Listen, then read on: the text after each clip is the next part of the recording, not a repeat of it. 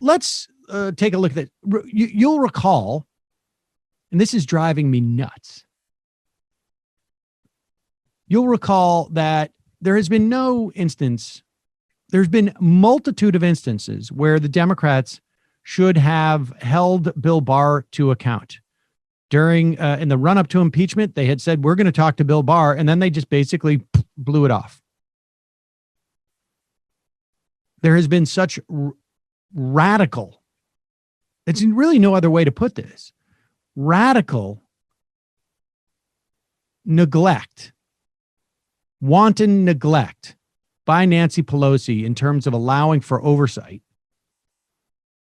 Broadly speaking of the Trump administration, but most specifically about Bill Barr's office, people were calling for him to be brought in front of the House during in the wake of what he did with the Stone prosecution.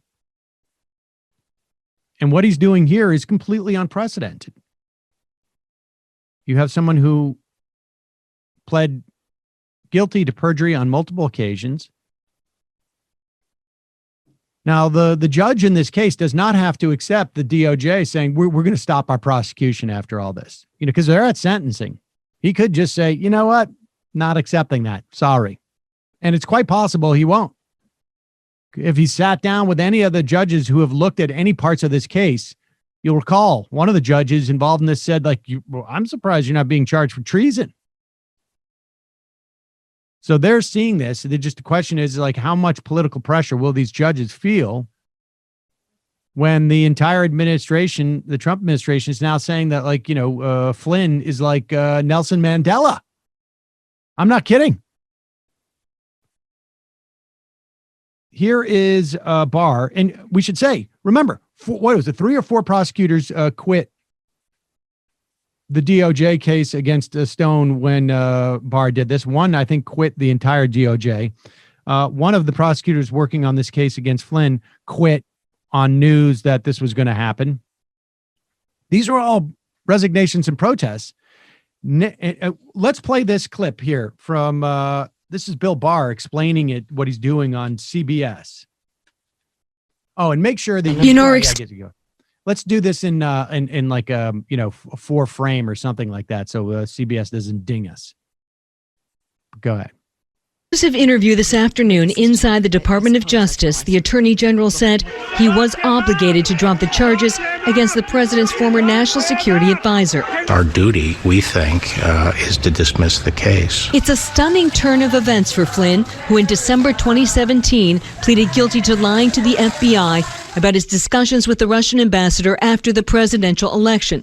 Flynn was ultimately fired by the president about 3 weeks into the job, having also lied to the vice president about his contacts with the Russians. Flynn lied, and it's like they ruined his life. It's very unfair. But the department's filing says the FBI's interview with Flynn was unjustified and done without any legitimate basis. A crime cannot be established here. They did not have a basis for a counterintelligence investigation against Flynn at that stage. Does the fact remain that he lied? Well, people sometimes plead to things that turn out not to be crimes. What should Americans take away from your actions in the Flynn case today? I want to make sure that we restore confidence in the system. There's only one standard of justice. President Trump, who has long claimed that Flynn was railroaded, called him a hero. He was an innocent man. Are you doing the president's bidding? No, I'm doing the law's bidding. You know you're going to take a lot of incoming, as they say in the military,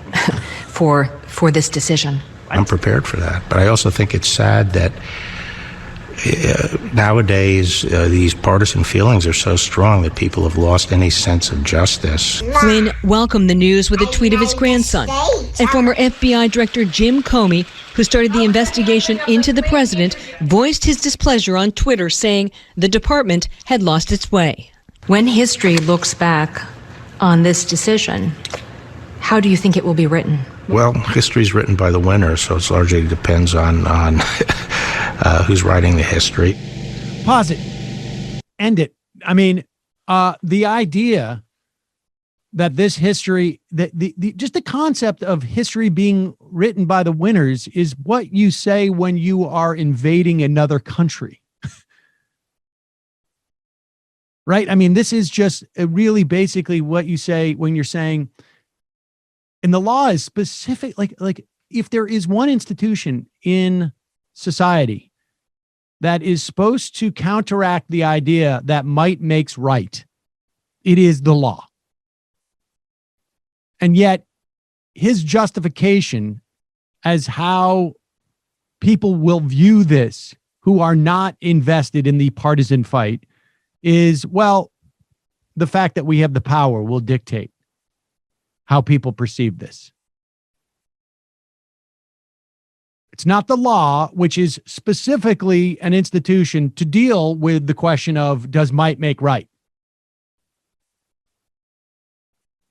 I mean, this is unbelievable. And this is what is so frustrating about this, because they're going to be bad actors who exist all the time throughout history in every place and everywhere.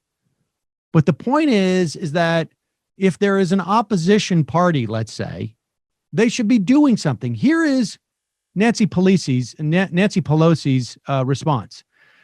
Attorney General Barr's politicization of justice knows no bounds. Why does it know no bounds? What could possibly be the bounds? Like maybe the House could impeach him. That's a bound. That's one way to impose a bound. The reason why Bill Barr's politicization of justice knows no bounds is because she is refusing to erect those bounds. It's up to her.